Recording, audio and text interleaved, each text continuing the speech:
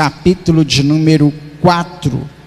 Eu quero ler com os irmãos do versículo 35 até o 41. Evangelho segundo escreveu Marcos, do 35 até o 41. Quem encontrou, diga amém. O texto diz assim: Evangelho de Marcos, capítulo 4, do 35 ao 41. Naquele mesmo dia, ao cair da tarde, pediu aos seus discípulos: passemos para outra margem. Eles então, despedindo-se da multidão, o levaram no barco, assim como estava, e os outros barcos, o vento e o mar lhe obedece. Último versículo, última parte do versículo: quem é este que até o vento e o mar lhe obedecem? Deus, eis aqui a tua palavra, foi lida e será ministrada aos nossos corações nessa noite. O nosso desejo é para que isso aconteça no poder do teu Espírito Santo, que a tua graça possa nos alcançar aqui nessa noite, através também desta palavra, possa cumprir em nós, Deus, o objetivo proposto por ela mesma, que é nos aperfeiçoar em direção ao céu, que é nos preparar como noiva adornada para estar na tua presença para todo sempre. Que a tua palavra, Deus, alcance o nosso coração como uma semente cai numa boa terra, que ela possa produzir frutos de fé nessa nossa jornada cristã, em nome de Jesus, amém. Pode se sentar, meu irmão. Glória a Deus. Nós lemos esse texto, é um texto comum dos evangelhos, comum no sentido de bastante conhecido, e é um texto que nos alimenta muito a fé. Tem algumas curiosidades nessa história, que nos arremete a diversas situações, né? E é justamente para essas situações que eu quero ir com os irmãos em pensamento, nessa noite de quinta-feira. Hoje o tema dessa mensagem é Aprendendo com a Tempestade. Esse texto ele traz para nós um episódio aonde Jesus se encontra com seus discípulos, né? Está com seus discípulos num barco, e esse barco aí ele enfrenta uma grande tempestade nesse dia, e essa tempestade vai trazer para os discípulos diversas lições. Existem as lições teológicas, que não é o nosso foco aqui nessa noite, e existem as lições práticas, né? Só para a gente não passar despercebido, as lições teológicas é porque nos 4 evangelhos era extremamente essencial que fosse demonstrado o poder e a autoridade de Jesus sobre todas as coisas. Vou te dar um exemplo. Os evangelhos mostram a autoridade de Jesus sobre a morte. Ele ressuscita, não uma, não duas, não 3, várias pessoas nos evangelhos. Os evangelhos precisavam demonstrar a autoridade de Jesus sobre a provisão de alimentos. É o caso da multiplicação de pães. Os evangelhos precisavam demonstrar a autoridade de Jesus sobre Satanás, e por diversas vezes Jesus expulsa ou repreende a Satanás. Os evangelhos precisavam demonstrar a autoridade de Jesus enquanto soberania. Então vamos ter vários textos mostrando a sua soberania. E é claro que os evangelhos precisavam demonstrar a autoridade de Jesus sobre a natureza, né? E esse texto, teologicamente, ele está aqui para comprovar que Jesus tem autoridade sobre tudo, inclusive sobre a natureza. E ter autoridade sobre a natureza é algo muito importante, teologicamente, para se saber. Sabe por quê? Nós não temos o que fazer diante da natureza. Se você mora ou tem um rancho, na beira do Rio São Francisco, e a cada 7 anos lá acontece uma enchente. Isso que eu estou te falando é verídico. A cada 7 anos tem-se uma enchente. E aí, se você tem um sítio lá na beira do rio, no ano da enchente, quando as águas do rio subir, não tem como parar. Vai encher o seu sítio, a sua casa de água, vai entrar para dentro da plantação, vai derrubar a ponte, vai acabar com a cerca, e não tem o que fazer. Quando a tempestade chega e a chuva vem, não tem o que fazer. Tomara que você nunca tenha experimentado uma tragédia com chuva. Eu já, 2 vezes. Me lembro quando ainda era bem pequeno, talvez 4, 5 anos, um pouco mais do que isso. Começou uma chuva de vento, e aí aquela chuva forte, aquele vento forte, e no estralo eu lembro de um barulho muito alto, como que se fosse um estouro assim, pum! O telhado da casa, lá em casa era daquelas telhas francesas, né? E aí o telhado da casa, nesse estouro, desapareceu. Parece que explodiu para cima. Ainda bem não caiu uma teia quebrada, não caiu um caco de telha dentro de casa, e nós estávamos lá. E aquele vento tirou o telhado, arrancou o telhado. 2 vezes isso aconteceu lá em casa. E aí aquele caos, né? E você não tem o que fazer. A única parte de laje na casa era um corredor que tinha próximo ao banheiro, para segurar a caixa d'água era de laje. Aí minha mãe correu comigo e com meu irmão para debaixo desse pedacinho de laje, assim, cabia só nós 4, enquanto a casa estava sem telhado, e aquele vento e aquela chuva, e não tinha o que fazer. Você não tem o que fazer. Você não tem o que fazer. Tem o lado bom, né? Na hora que a chuva parou, imediatamente os vizinhos todos do bairro foram lá para casa, arrumaram telha, nem sei aonde, colocou o telhado de volta no mesmo dia, né? Com a ajuda do pessoal, fizeram um mutirão lá, arrumaram teia e voltou o negócio para o lugar, né? Não voltou, colocou um novo telhado lá. Mas quando aconteceu, você não tem o que fazer. Imagine você lá no Rio de Janeiro, onde acontece aqueles desmoronamentos. Quando começa a chover, não tem o que fazer. Ou aquelas tsunamis que alcançam o Japão. Quando a natureza diz que vai agir, nós não temos o que fazer a não ser assistir. Mas existe alguém que se colocou em pé diante da natureza e falou: vento, para, mar, aquieta-te, e houve grande bonança. Teologicamente, esse texto está lá para mostrar para nós que Jesus tem autoridade sobre tudo, inclusive sobre a natureza. Essa é a importância teológica do texto. Nós hoje vamos olhar mais por um ponto de vista prático.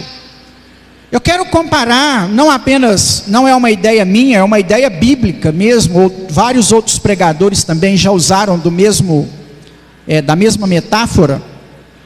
Nós vamos aplicar essa tempestade às dificuldades que nós enfrentamos no nosso dia a dia, que são muito mais fracas do que uma grande tempestade, como a que eu citei, que eu enfrentei, como o rio que transborda, como a tsunami que alcança um país, né?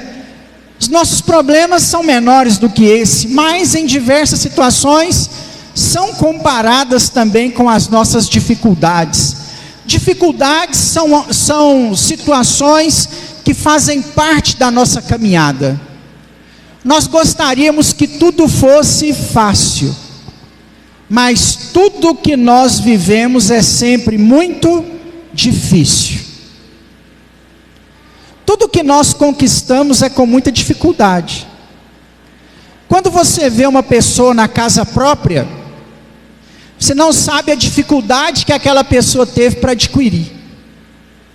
Quando você vê uma pessoa andando de carro, quando você vê uma pessoa andando de moto, você não sabe quantos pedais ela bateu antes, até comprar a motinha, até conquistar o carro, ou quantas vezes ela andou a pé, até que Deus abençoasse para dar ela um carro. Nada vem na nossa vida fácil demais. Tudo tem o seu preço, e muitas vezes esse preço nem é o valor financeiro. Esse preço é a dificuldade que nós enfrentamos até poder conquistar alguma coisa.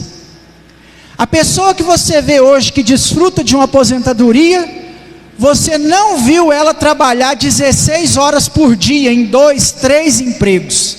Você não viu. Dificuldade é algo que faz parte da nossa caminhada. Se você está tendo um momento difícil, não se preocupe, você está plantando, você está semeando, e para todo mundo chega o tempo de bonança, e o seu um dia vai chegar. Descansa no seu Deus, fica tranquilo, continua pagando o preço, enfrenta a dificuldade, porque dificuldade é algo que faz parte da nossa vida, desde a infância até a velhice, nós sempre enfrentaremos dificuldades, elas apenas mudam. Eu tenho saudades de quando as minhas dificuldades era o dever de matemática. Tenho saudades de quando a minha dificuldade era estudar português na escola, não é? Hoje as nossas dificuldades são outras. Nossas dificuldades implicam em responsabilidade na criação de filhos, em boleto para pagar no dia 10, em cartão de crédito, não é? Em apertos emocionais, em situações que nós não conseguimos lidar com elas, porque em toda a vida nós enfrentamos dificuldades, elas apenas mudam, mas continuam existindo, e nós precisamos aprender a lidar com a dificuldade, a lidar com a tempestade. Nós temos que aprender, porque Jesus não nos prometeu bonança. Em João 16:33 ele disse: no mundo tereis aflições, mas tende bom ânimo, porque eu venci o mundo. Ou seja, o Senhor Jesus nos disse que nós teríamos dificuldades, que nós enfrentaríamos aflições, que no dia a dia nós passaríamos por problemas. Aprendemos muito com dificuldades olhando para esse texto. Como lidar com os nossos problemas cotidianos?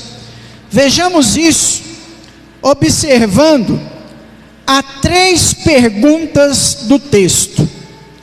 Esse texto aqui tem 3 perguntas, 3 pontos de interrogação. E a resposta a essas perguntas nos ajudam a lidar com as nossas dificuldades diárias. Tomara que eu não esteja pregando essa mensagem para você, que você não esteja passando por tempos difíceis. Se você não está passando por tempos difíceis, pegue essa mensagem, guarda no seu coração, e o dia que o tempo difícil chegar, você abre o seu coração e pega essa mensagem e aplica. Mas se assim como eu, você está passando por um momento difícil, o Senhor nos trouxe aqui nessa noite para poder aprender a lidar com isso. Amém? Primeira pergunta: Mestre, não te importa que pereçamos? Essa pergunta é a pergunta do desespero. E olha o desespero dos discípulos. Vamos olhar aqui para o desespero desses discípulos. Jesus manda que eles entrassem num barco e passassem para o outro lado. O local aqui é chamado de Lago de Genezaré. Embora algum texto mencione o texto como mar, aquilo ali não era um mar, era um lago muito grande. Não era um mar aberto, era um lago enorme. Eu tive o privilégio, a oportunidade de conhecer Três Marias, né? E passar da balsa de Morada Nova de Minas para Três Marias. Não sei se você já fez esse trajeto. Quando você sai de Morada Nova na balsa e chega em Três Marias, e você olha de onde a balsa saiu, porque a balsa foi em linha reta, Você não vê o porto da balsa, porque a represa é tão grande, aquele lago é tão grande, né, que você não vê o outro lado. As montanhas estão pequenininhas, é quase um mar mesmo. As montanhas estão pequenininhas, lá longe, bem distante, no horizonte. Assim era o lago de Genezaré. Era um grande lago, e ele era cercado por montanhas muito altas. E como é comum quando se tem montanhas muito altas, era comum chover no pico dessas montanhas. Algumas delas naquela região até hoje chega até nevar, e aí chove apenas no pico da montanha e não chove na planície. Qual que era o fenômeno extraordinário que acontecia no lago de Genezaré? Quando chovia no pico da montanha, a água escorria das montanhas para esse lago e formava grandes ondas. E ali nesse momento tinha chovido no pico da montanha, estava chovendo na planície, ou melhor dizer, não estava chovendo na planície, havia um vendaval, não tem chuva ali, a tempestade marítima ali é uma tempestade sem chuva, é a água que está escorrendo da montanha, com os ventos naquele lugar, e está colocando o barco numa situação de naufrágio. É por isso que os discípulos entraram no barco e foram em direção aonde Jesus apontava, porque não havia previsão de chuva para aquele momento. Eles não estão vendo chuva, a chuva é lá no pico da montanha. Eles entram porque não há previsão de chuva. Assim como na nossa vida, nós não prevemos as tempestades, os momentos difíceis. Ontem você estava maravilhosamente bem, e hoje você acordou com um problema terrível para resolver. Talvez uma situação que era favorável para você, hoje se tornou uma situação adversa, e aquilo está causando grande luta para você. E nós precisamos aprender a lidar com os problemas. Se tem um lugar que eu tenho aprendido a lidar com problemas, é no local de trabalho. Tem sido um exercício de fé diário. Lá no meu local de trabalho eu estou mais ou menos igual aquela frase do pastor Lucinho. Você já viu um rios aí do pastor Lucinho? É um problema, quando você resolve um problema já tem outro problema, você resolveu outro problema, tem outro problema esperando, e aí já tem uma fila de problemas esperando, né? Nós precisamos aprender a lidar com isso, porque às vezes não há previsão de dificuldades, e elas surgem do nada, e nós precisamos estar prontos. Assim eram aqueles discípulos, eles não esperavam aquela tempestade. Em segundo lugar, eu quero chamar sua atenção para quem estava naquele barco. Entre todas as pessoas que estavam naquele barco, nós temos 3 pessoas muito importantes para essa história. Nós temos Pedro, Tiago e João, que antes de serem pescadores de homens, eram pescadores de peixes, homens peritos em navegações. Nós temos 3 experts em lidar com situações como essa dentro de um barco. Quando você vai fazer uma viagem com alguém dirigindo, né? E você sabe que aquele motorista é um motorista profissional, qual que é o seu sentimento? Não, tranquilo, estou viajando aqui com o Roberto, carteira motorista há não sei quantos anos, conhece estrada, seu coração fica tranquilo, porque você sabe que a pessoa que está dirigindo é experiente. Você já teve a oportunidade de viajar ou de andar com quem não é experiente? Terrível. A pessoa senta no carro e põe a cara assim na frente do volante, todo duro. Qualquer coisa que acontece, aí você começa a ficar com medo também. Você pensa, meu Deus do céu, o que é isso aqui que eu estou entrando, né? É terrível. Se você teve oportunidade de voar, não sei se você teve oportunidade já de voar, eu ainda não, ou teve a oportunidade de bater um papo lá com o piloto, saber como é que é, Você sabe que o piloto é experiente, você fica tranquilo. Você sabe que o motorista é experiente, você fica tranquilo. A turma entrou naquele barco sem preocupações. Nós temos 3 pescadores, 3 navegadores, 3 homens experientes com aquele tipo de embarcação. Não era para se ter problemas com aquilo. Assim também é na nossa fé. Tem hora que a gente acha que não teremos problema nenhum. Não vou ter problema, estou tranquilo. A conta no banco está cheia, aleluia. O Senhor proveu. Não, tudo está tranquilo. Não é assim. Eu conheço pessoas no plural que perderam tudo em semanas. Eu conheço gente que tinha posto de gasolina, andava de Land Rover, tinha uma Amarok 0 para ir trabalhar. Talvez você tenha uma bicicleta, eu tenho uma bis para ir trabalhar. O camarada tinha um Amarok para ir trabalhar. Hoje mora de favor. Acabou assim, ó. Eu conheço gente que era extremamente controlada, e por causa de não sei o que pode ser descontrole financeiro, pode ser crise, pode ser o sócio ter largado, pode ser alguma coisa assim ter acontecido, foi a ter dinheiro a dever muito. Porque existem situações em nossas vidas, que mesmo nós sendo experientes, não vai adiantar nada. Você pode ser o melhor mecânico, achar que você nunca fica sem serviço, mas uma hora você pode cair no momento que nenhuma oficina vai te contratar. Isso acontece, irmãos. São as dificuldades da vida. Haviam 3 experts em navegações.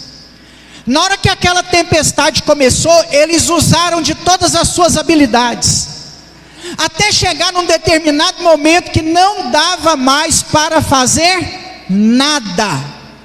E a única coisa que ele podia fazer é ir na polpa do barco, acordar o mestre que estava dormindo com a cabeça num travesseiro e fazer a pergunta do desespero: mestre, não te importa que pereçamos?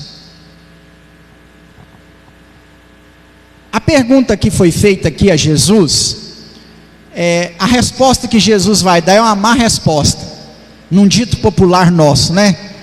Jesus vai dar uma lavada na cara dos discípulos com a sua resposta, né?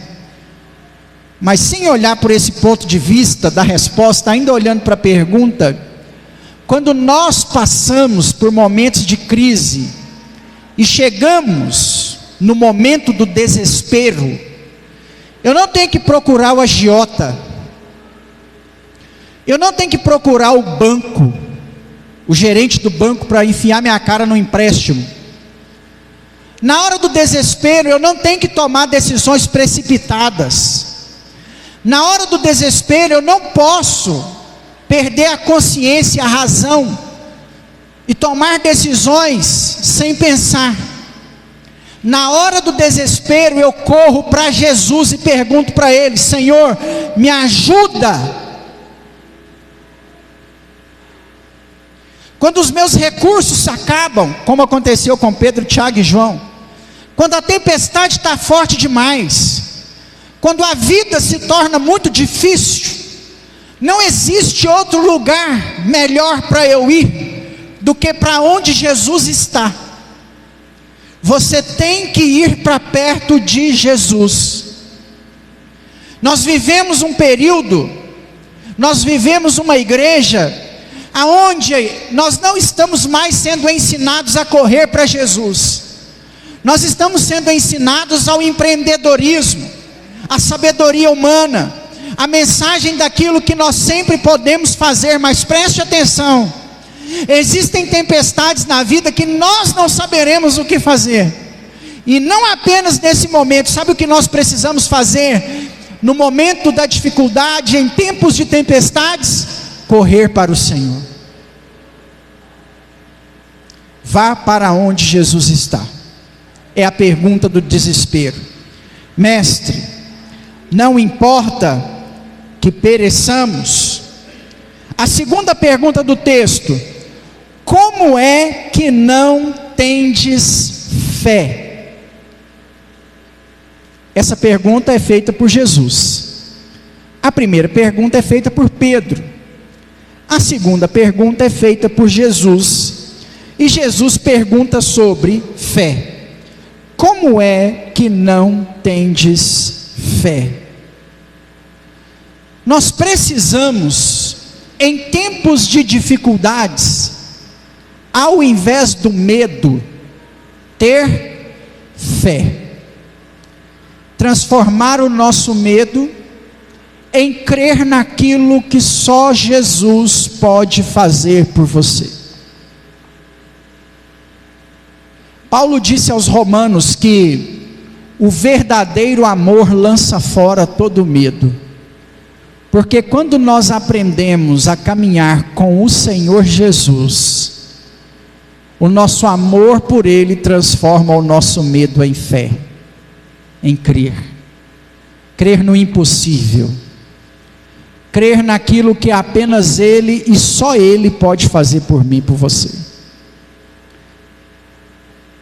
Como que nós transformamos o nosso medo em fé? Observando algumas situações. Por exemplo, quando Jesus chamou os discípulos para entrar no barco e partir para outra margem, Jesus disse que eles chegariam lá, porque Jesus fala assim: passemos para outra margem. Significa que independente do que acontecesse, eles chegariam do outro lado. Como que eu transformo o meu medo em fé? Eu transformo o meu medo em fé acreditando na promessa de Jesus. O Senhor tem promessa sobre a sua vida. Promessa de que você vai chegar lá para se encontrar com Ele. Por isso que você é capaz de vencer o pecado.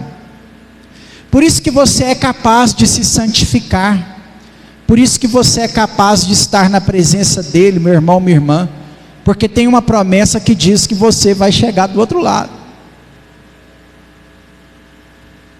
Eu também concordo que o nosso tempo, o tempo em que nós vivemos, tem sido um tempo de poucas promessas.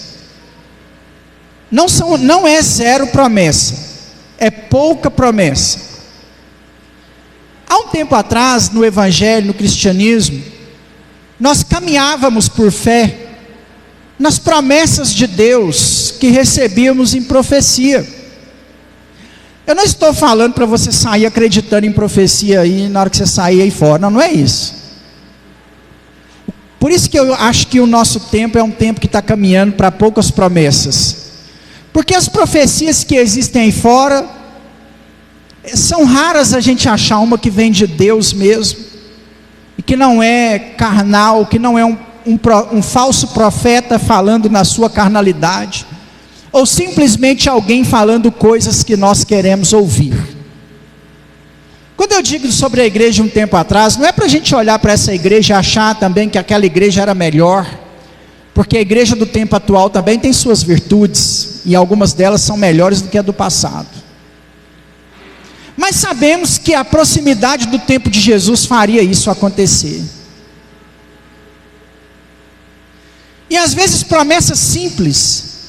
Eu vou dar exemplos para você de promessas simples.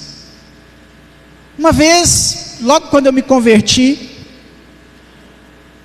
orando no monte com pessoas de oração e buscando a Deus e tal, um irmão chegou e falou comigo assim: olha, eu vejo você se casando. Talvez você pensaria assim, por isso que eu digo que é uma promessa simples, né? Então você pensa assim: o senhor era um jovem, 17 anos, o senhor ia casar? Não, eu não ia casar, irmãos. Eu falo sério para você. Se eu não encontrasse Jesus, eu não ia casar. Aquela promessa me fez caminhar com o Senhor de forma mais fervorosa. Porque casamento era algo que parecia ser muito distante para a minha realidade. para a realidade familiar que eu tinha, para a realidade financeira, profissional que eu tinha, para a realidade física. Eu nunca me considerei assim muito bonito. Às vezes quando falo isso é da boca para fora. Achava que eu não ia casar, mas se eu casar, quem vai querer casar comigo? Pobre, serralheiro, né? O melhorzinho que aconteceu na minha vida foi Jesus ter chegado. Ainda bem que chegou e mudou tudo, né?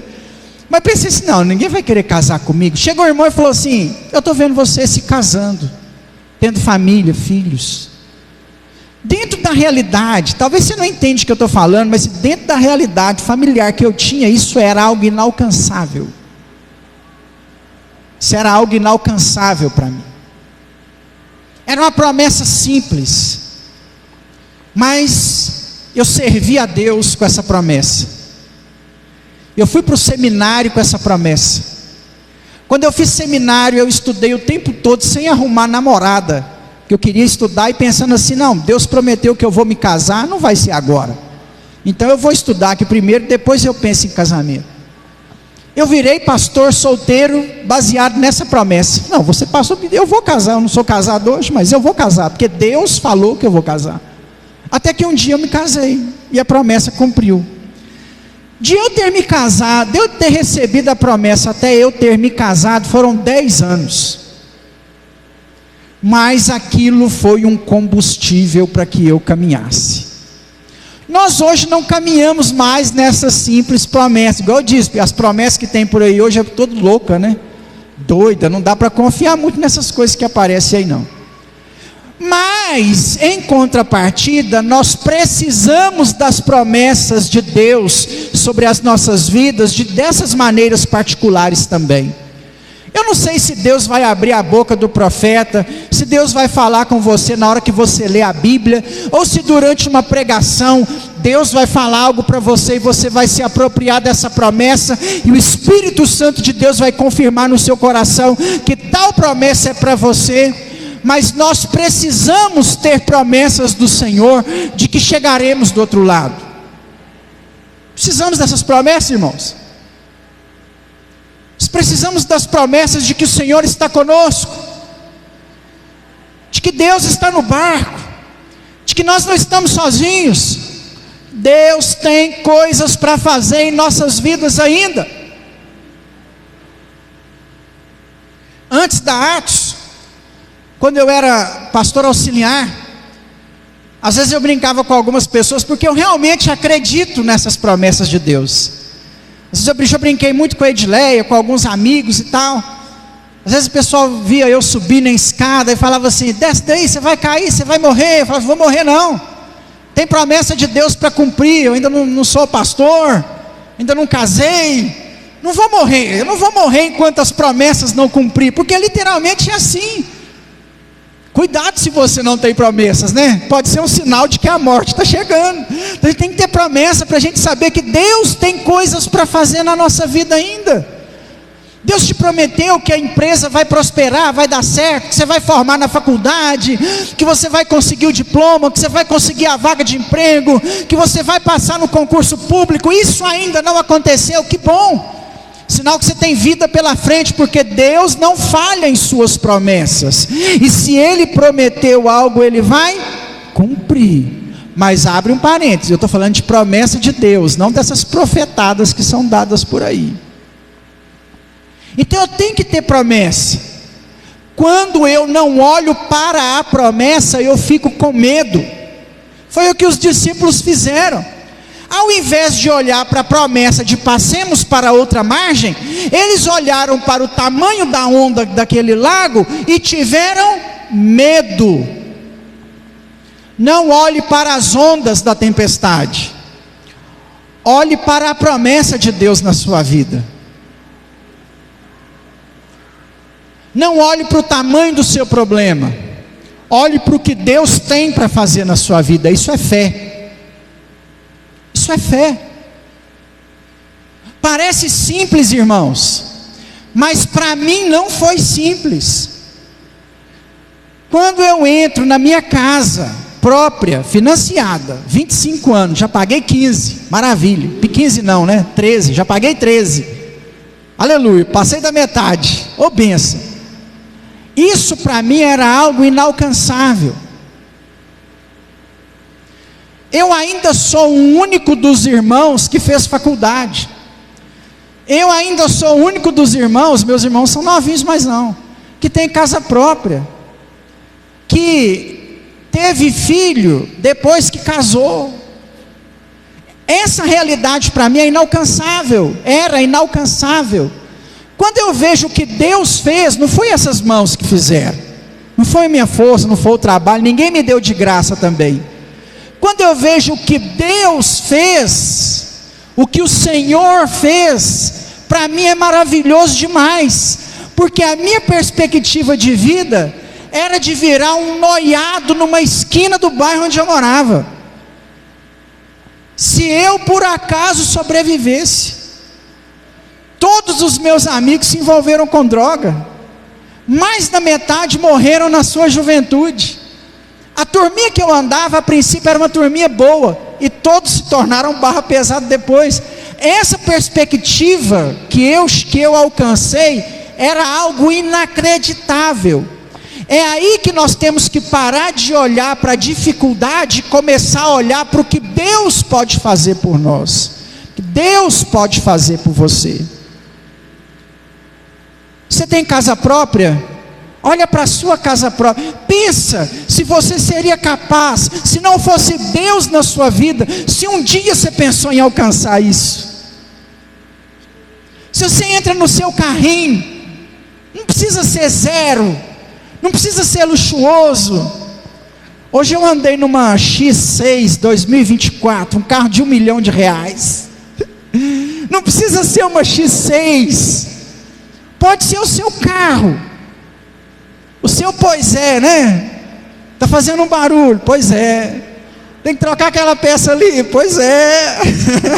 Tem que ir na oficina, pois é. Pode ser o seu pois ézinho, não tem problema. Quantas vezes você andou de bicicleta e jamais imaginou aquele diploma da faculdade? Há uns 10 anos atrás você pensava assim: gente, eu sou burro, eu não sei nada, eu não consigo, eu não dou conta. Mas você foi, e talvez o Braille te ajudou, o Google te ajudou, mas hoje você tem um diploma. Você conseguiu, você batalhou, você correu atrás, o Senhor te ajudou e te abençoou. E você não continua sendo muita coisa não, mas você já está muito além daquilo que você pensava que seria. É por isso que nós temos que parar de olhar para a onda e começar a olhar para o que Deus pode fazer por nós. Porque Deus faz, irmãos. Para me transformar meu medo em fé, eu preciso da presença de Jesus. A onda está grande, a tempestade está forte, mas tem uma vantagem: Jesus está no barco. Maravilha. Você está passando dificuldade, a dificuldade chegou, Jesus está no barco, meu irmão. Porque se Jesus estiver no barco, está tudo bem. Tranquiliza seu coração, transforme seu medo em fé, porque Jesus está no seu barco e Ele não vai te abandonar, Ele não vai te deixar. Aleluia. Hoje tem pessoas que, quando estão em dificuldades, para de ir na igreja, para de orar, acha que a fé não está funcionando e chuta o balde. Vou desviar, Jesus não está ouvindo minha oração, vou desviar, vou parar, vou beber todas, vou para o boteco e vou aprontar, porque não está dando certo. Meu irmão, é o contrário.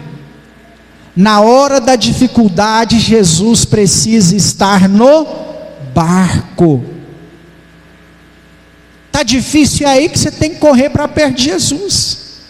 Aliás, tem pessoas que vivem na dificuldade, sabe por quê? Porque se a dificuldade passar, ele larga Jesus, então Jesus deixa ele na dificuldade a vida inteira. Sabe aquela pessoa que passa dificuldade a vida inteira? É porque se ele não tiver uma dificuldade, ele larga o Senhor, então o Senhor deixa ele na dificuldade.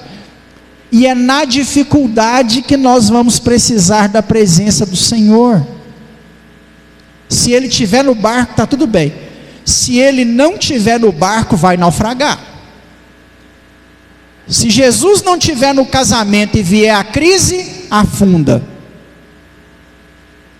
Se Jesus não estiver no barco e vier a dívida, afunda.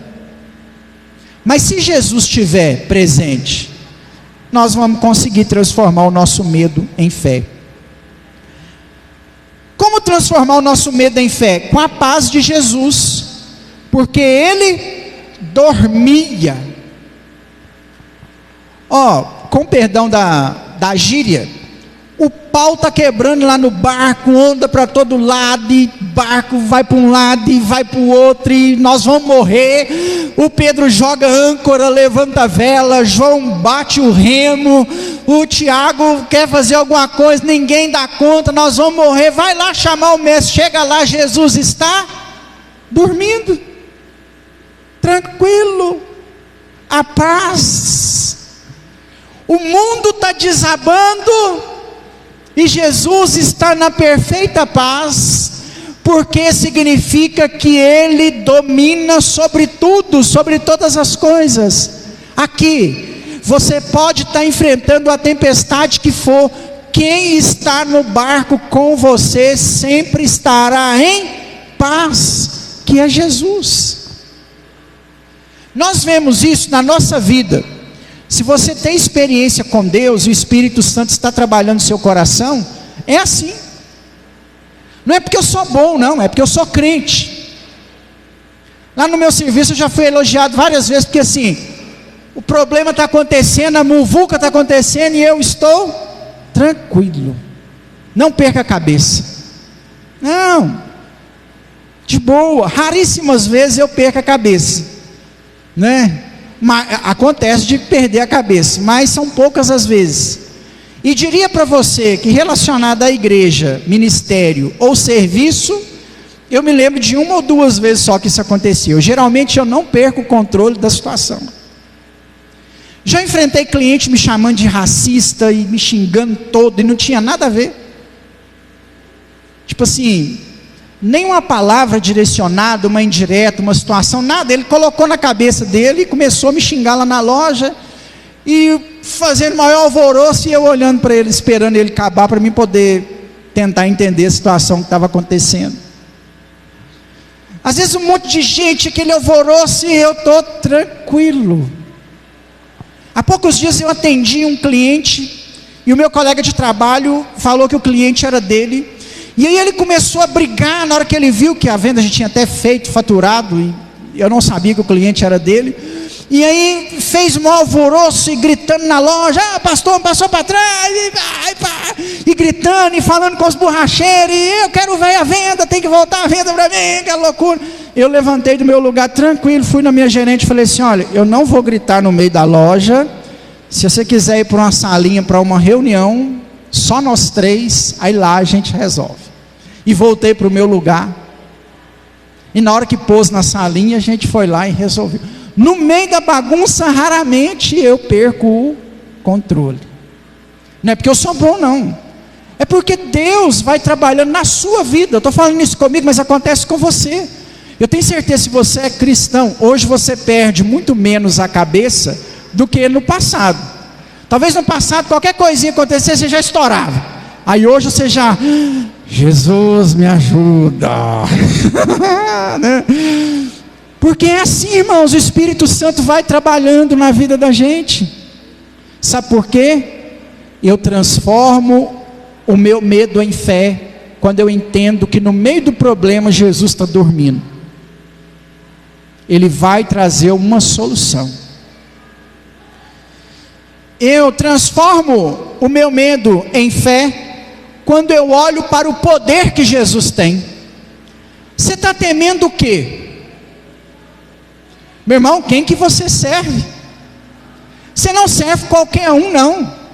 Os títulos bíblicos para ele, eu acho interessantíssimo.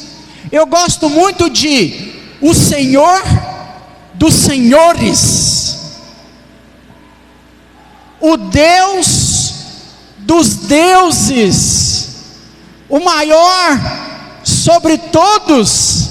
Jesus disse: o Alfa e o Ômega, o princípio e o fim. Ninguém é maior do que o Deus que você serve. Você está temendo o quê? Olha para o poder que o seu Deus tem. Pastor, mas minha dívida é muito alta. Tinha uma mulher com dívida no Antigo Testamento, e o azeite não parou de encher jarro, até que a dívida daquela mulher fosse paga e ela ficasse rica. Pastor, minha dívida é muito grande. O seu Deus alimenta 5.000 homens com 5 pães e 2 peixes. O que mais que você precisa? E a farinha da mulher que tinha um pouquinho de farinha, e a pouquinho de farinha que ela tinha, fez um bolo para o profeta. Enquanto tinha vasilha na cidade, encheu de farinha. Poxa vida, meu irmão, e o Deus que você serve? Está onde? Pastor, mas a minha doença é grave. Jesus curava lepra no Antigo Testamento. Sabe o que Jesus curou no Novo Testamento, perdão, nos Evangelhos? Sabe o que Jesus curou nos Evangelhos? Eu não vou lembrar o texto aqui, porque a passagem me veio agora, mas você pode pesquisar aí depois no Google mesmo, que você vai achar. Jesus curou um lunático, uma pessoa com deficiência mental, que nasceu com a deficiência mental. Jesus curou. Qual que é a sua enfermidade, meu irmão? Você está com medo de quê? Terceira e última pergunta, para a gente poder finalizar. A pergunta é feita pelos discípulos: quem é este, que até o vento e o mar lhe obedecem? Quem é este? A situação é difícil, mas quem está conosco tem autoridade sobre tudo. A pergunta foi feita num agir da natureza, tempestade, mas essa pergunta poderia ser feita diante de qualquer outro milagre realizado por Jesus. Por quê? Quem é este que ressuscita morto de 4 dias? Quem é este que ressuscita um jovem no cortejo para o enterro? Quem é este que ressuscita a menina que o médico já tinha falado que morreu? Quem é este que faz cego enxergar à beira do caminho de Jericó? Quem é este que faz paralítico andar em João capítulo 5 no tanque de Betesda? Quem é este que multiplica pães? Quem é este que transforma água em vinho? Quem é este que faz paralítico andar? Quem é este que faz surdo ouvir? Quem é este que tem autoridade sobre os ventos e os mares? Quem é este que alcançou a minha e a sua vida? Quem é este que ouve a nossa oração? Quem é este que continua operando milagres no meio da sua igreja? É Jesus, meu irmão. O nome que está acima de todo o nome, conforme Filipenses 2, do 5 ao 11, a qual um dia todo joelho vai se dobrar e toda língua vai confessar que Ele é o Senhor. Quem é este? É Jesus, é o Senhor, é aquele que nos chamou, é aquele a quem nós servimos, é aquele em quem a presença estamos. Ele é este que está conosco em todas as nossas dificuldades e tempestades da vida. O Senhor está com você, nunca se esqueça disso. Você pode passar a crise, a tempestade, o problema, a adversidade, a enfermidade que for. Lembra de quem é este. Lembra para onde você corre no momento de desespero. Lembra, meu irmão, de transformar o seu medo em fé, porque quando nós sabemos fazer isso, nós aprendemos a lidar com a tempestade, em nome de Jesus, amém? Se coloque de pé.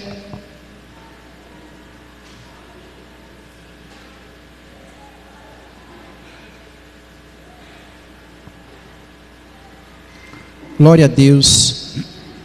Feche seus olhos, vamos orar.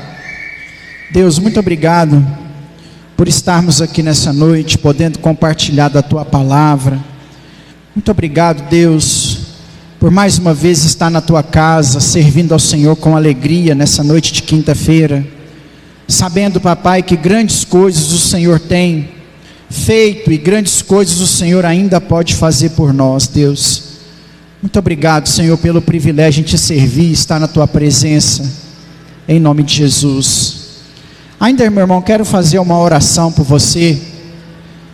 Se você deseja receber uma unção, faz o seguinte: saia do seu lugar, recebe aqui a unção, volta para o seu lugar, dobre os seus joelhos, ore a Deus por alguma dificuldade que você esteja enfrentando, por algum problema que você esteja passando, crendo que o Senhor está aqui e Ele está ouvindo o seu clamor, a sua oração, que antes da minha oração Ele vai escutar a sua, Ele vai atender o seu pedido, segundo a vontade dEle, em nome de Jesus, amém? Se você quer receber uma unção, vem aqui à frente, só pegue aqui da unção e volte para o seu lugar, em nome de Jesus. Senhor, em nome de Jesus, eu quero ungir, como sinal de consagração ao Senhor, cada um desses irmãos na Tua presença, Pai. Nós ungimos e dedicamos ao Senhor, Deus. O Senhor sabe quais são as lutas, os problemas, as adversidades, as tempestades que cada um estão enfrentando, Pai, diante do Senhor. E nós cremos, Deus, naquilo que só o Senhor pode fazer sobre a vida dos Teus servos, ó Pai. Toma nas Suas mãos, Deus, cada oração que for ser feita na Tua presença agora, que será apresentada esse problema, essa dificuldade, essa adversidade. Toma nas Suas mãos, meu Deus, em nome de Jesus, que a Tua graça, o Teu amor, que a Tua bondade, Deus, que a Tua fidelidade